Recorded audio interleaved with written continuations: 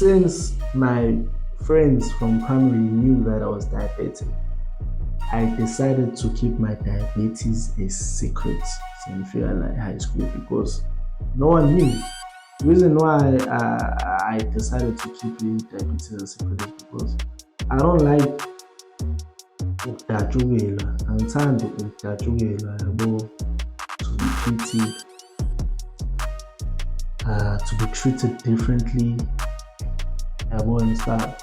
So mhlambe mengenza into ekuthiwa ushukela yabo, I don't like that. I don't like into ezomenza give it difference from people. But at the time, okay, at the time I didn't like into enkanjalo. So I in a way I felt ashamed of being diabetic because like it's something I brought into myself. Yabo. Lo 7 years low, why should I deprive myself a good time? Isn't ezimnandi if ukuthi I'm going to die ezingane ngitshela lo. So I just decided to be wild. Ngaqala ngaphuza, fika nabangani, qala-ke manje bunk school to go house party with friends. Abazi nami I'm diabetic. We go to parties. So my very first taste of weed was in 2013 in grade 10. So I started a space muffin, and I thought I'd never taste weed. I'd never smoke or eat weed.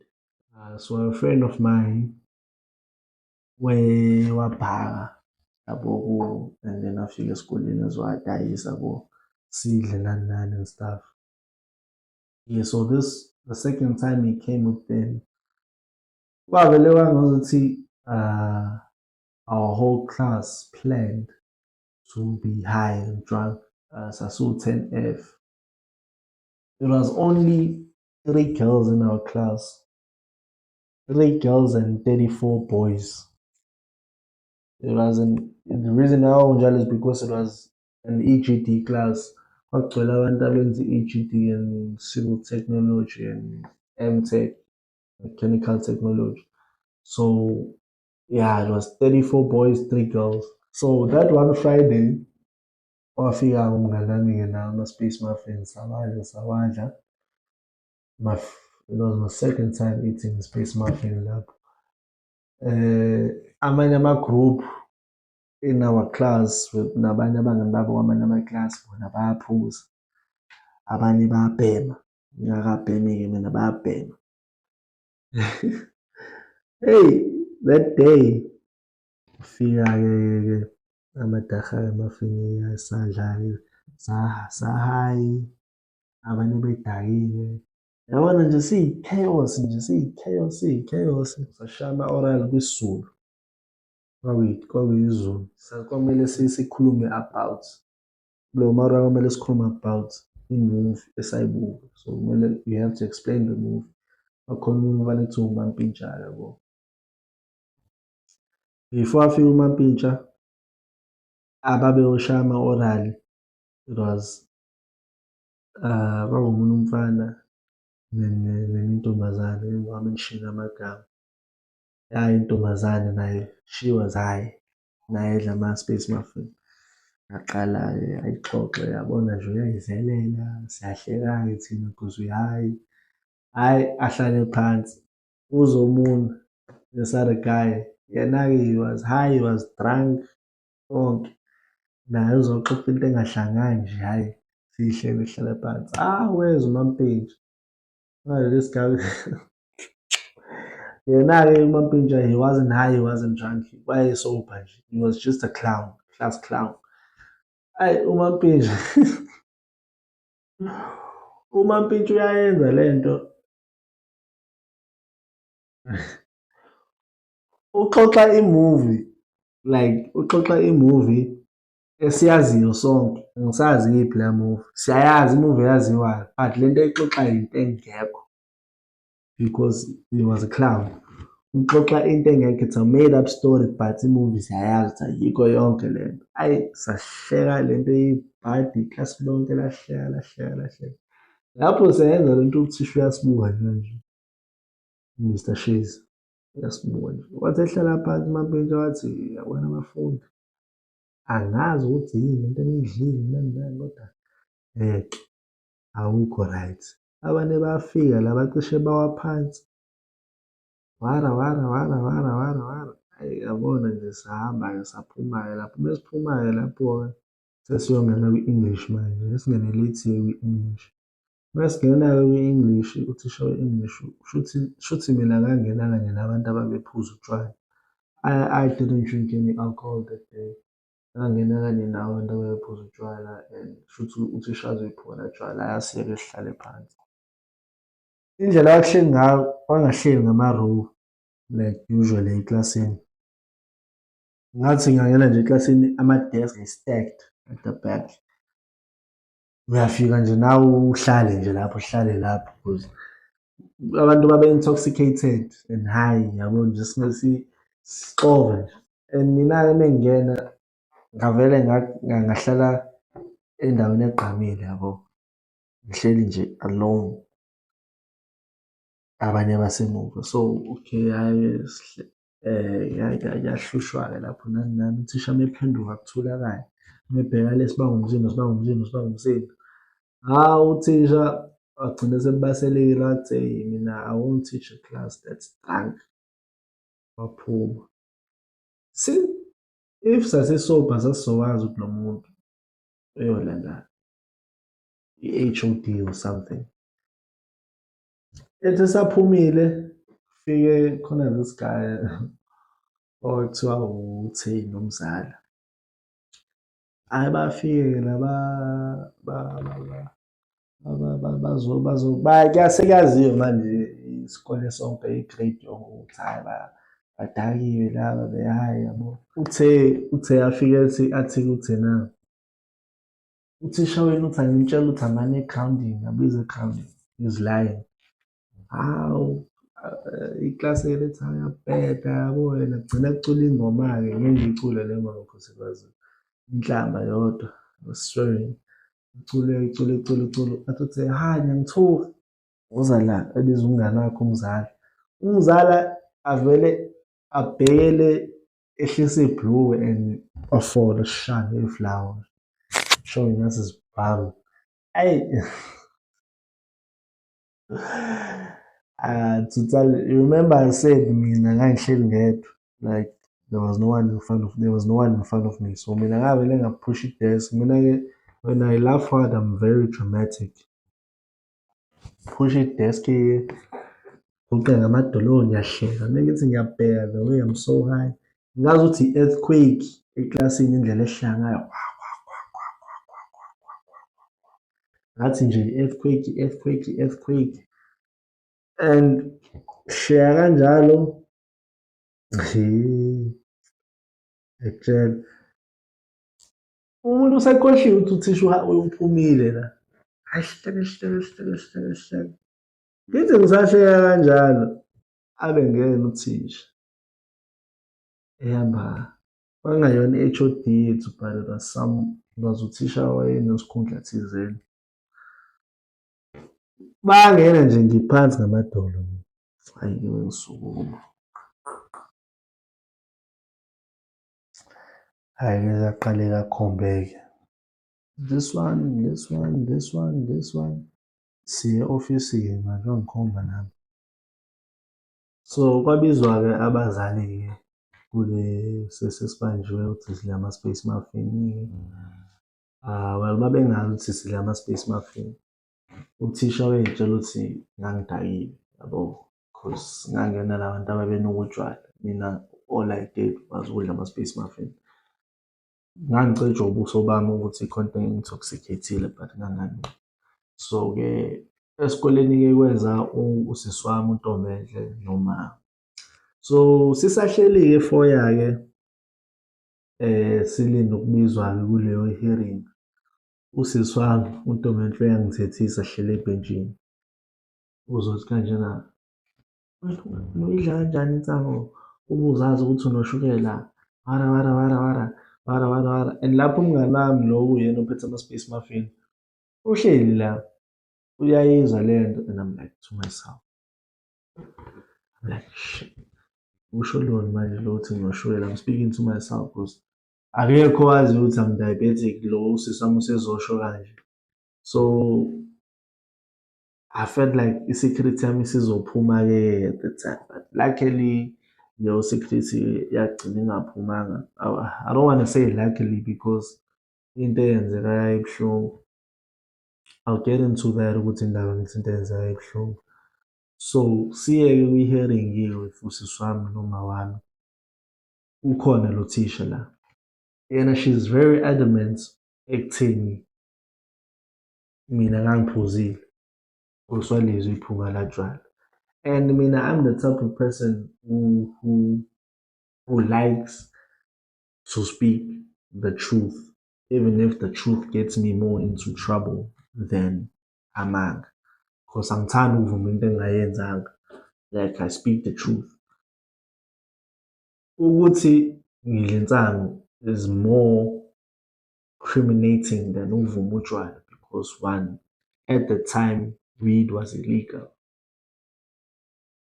Never mind ukuthi we are underage. Even utshwala underage ushuthi illegal because you are underage. Insango-ke you are underage and illegal. Nowadays it's legal but more underage, yabo. At that time illegal and I was underage. So lo thisha ufuna ngivume ukuthi ngangiphuza utshwala and mina I was very adamant ukuthi cha, angangawuphuzile utshwala, mina ngadla amakhekhe and which would get me more into trouble ukuthi ngidla amakhekhe. Mengithi ngisho ngenkani usisi wami lokho engithethisa lana ukuthi hey, phikisela nothisha, ngithi hhayi ukuthi ngiphikisana nothisha, angifuni ukuvuma into engingayenzanga. Ngithi mina angiphuzanga utshwala, mina ngangidle ikhekhe elinensangu. I was very adamant, angikaze ngivume nje ukuthi ngawuphuza utshwala. And umngani wami nawe lo ethi yena usaphuza utshwala waze wathi ibhodlela salilahla ngale. Wathi uthisha uthi salilahla ngale, mengase siyolibhela lo bhodlela singalitholi uzothini. So mina-ke le nto yami yokukhuluma iqiniso njalo noma kuthiwa lizongifaka enkingeni, yinhle yimbi because ukukhuluma iqiniso ended up ukwenza umngani wami ukuthi abe-expelled. Remember I said ukuthi kanjena usisi wami wangithethisa phambi kwakhe ukuthi nginoshukela, ngenza kanjani le nto nginoshukela. I said, luckily, okay, it's not a good thing because my honesty got him expelled.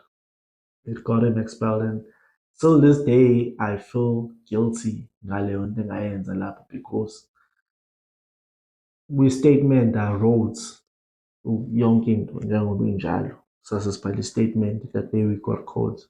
Ngabhala ukuthi no, my friend came with amadaka ama-fins kanje kanje kanje kanje and stuff. And lo munye umngani wami esibanjwe naye yena uzobhala a completely different statement. Yena-ke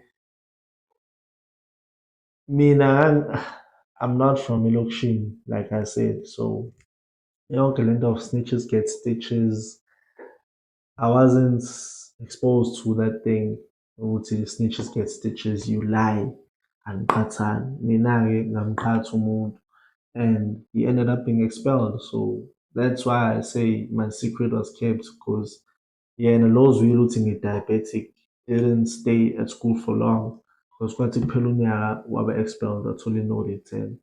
So that's how my secret yahlala kuyi-secret ukuthi I'm diabetic. So yeah, after yonke leyo nto kwafika amaphoyisa esikoleni sengisuspendiwe mina, kwaseshwa. It was a big drama nje. But that was my very first taste of weed. That was my very first taste of weed. I'm sure you're probably wondering why sengishuta any video ngihlele emontweni. Well, that's because kade ngishuta le video lesanda kuphela manje, which is the peer pressure episode. I forgot to mention something which I think it will be important kule series, the diabetes series, which is the way my father reacted to me being caught esikoleni sidla ama-space muffin. I didn't mention that, and it was a very big mistake on my end, so I'm sorry about that. But I'll just explain it here. All right, to cut the long story short, well, angithi safe sabanjwa esikoleni, and then bafona ekhaya. And then after school on that day, when I got home, there was no one there. Ngaxhuma nje ifence and I went to my bed and slept. It was 3:30 ngifika. Mengilala-ke, I slept until 6 or 6:30. Sebengivusa bethi ubaba usebuyile. My dad was back and useyangibuza ukuthi kanjena bangifonela esikoleni kwenzekeni. And then I told him ukuthi bathi ngithi bathi sidla amakhekhe anensangu. And i-disappointment engayibona nje ebusweni bakhe, he was very disappointed. He was very disappointed and wagcina lapho ungikhulumisa for, because that was Friday, right? Leyo weekend yonke engangikhulumisi and the whole week i-suspension engangikhulumisi. Mina ngangilindele ukuthi nje ngizoshawa. Yabona ngisasesikoleni ngitshela ukuthi hawu ngizofika ekhaya ngishawe, because that's how my dad was. Wayekhuluma but still at the same time aphinde ashaye mase lose ithemba. But I got the total opposite. Nalo ngathola i-silent treatment. So I'm sure now as a kid you'd prefer ukuthi ngcono nje ngishawe kudlule nokuthi ngithole i-silent treatment, because i-silent treatment I think it's more torture. But ke that whole week ke wangishayisa ingadi, lokhu ethuma usisi wami ukuthi angishayisa ingadi until Sunday. Kuzosa kube Monday, because I was going back to school on Monday. He told me ukuthi he didn't want to hit me ngoba ngimdala manje and sekumele sixoxe. And saxoxa-ke, and izinto azisho they cut deep. Yeah, they cut deep, and it made me realize ukuthi okay, ngiyingane and I have to act as like ingane. And he reminded me about being diabetic, ukuthi kumele ungaphiki nabanye abantu yabo, ungaphiki nabangani yabo. So him not hitting me, instead ukuthi sibe ne-man to man talk, father and son talk, it went a long way, because I may not remember the exact words he used that time ekhuluma, but for sure they stuck in my subconscious mind. I've mentioned the subconscious mind and how important it is. For sure kwahlala lapho, because maningi my life lessons I got from my father, and asakhona namanje I still live by them. So I think whatever he said on that day is one of them. So leyo nto leyo, indlela enza ngayo yangifundisa at that time ukuthi ingane yakhe engathi ungayifundisa ukuthi ikusabe ngoba ikuhlonipha, hhayi ukuthi ikuhloniphe ngoba ikusaba. Because masengekho phambi kwamehlo akho, if kuwukuthi ukuhlonipha ngoba ekusaba, leyo nhlonipho uzoyilahla le ngefastela and go back to doing into wrong. But if kuwukuthi uvulele lo page ukuthi ngikhulume, it will make yona ingane ukuthi yabo ifile engazuthi ngeza kuwena with stuff yabo. So it taught me leyo lesson leyo. So the way he handled that, I didn't understand it as a kid, ngoba ngangilindele ukushawa, but as I grow ngiyabona ukuthi wayezama ukwenzani, and it did help. So yeah, ilowo nje ade ngifuna uku-add ukuthi ubaba wa-react-a kanjani, because it played a major role kuyona the Living with Diabetes series as ngisazokhuluma ngayo, and hopefully izogcina ichazelekile maybe on the last episode of this whole series. So yeah, I'll see you ku part 3 of peer pressure. Sesiyivala i-peer pressure chapter. Like and subscribe. Thumbs up.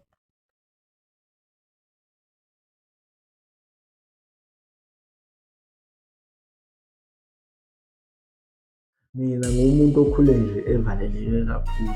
The environment I grew up in didn't allow me to be yabo out there. Cool. When I started smoking weed and all that, they show you peer pressure. I was trying to fit in, and the danger of trying to fit in is that you overcompensate. I would make sure after school, would see I smoke hard, and I would smoke hard. Because about to make us in fear, imagine go 5.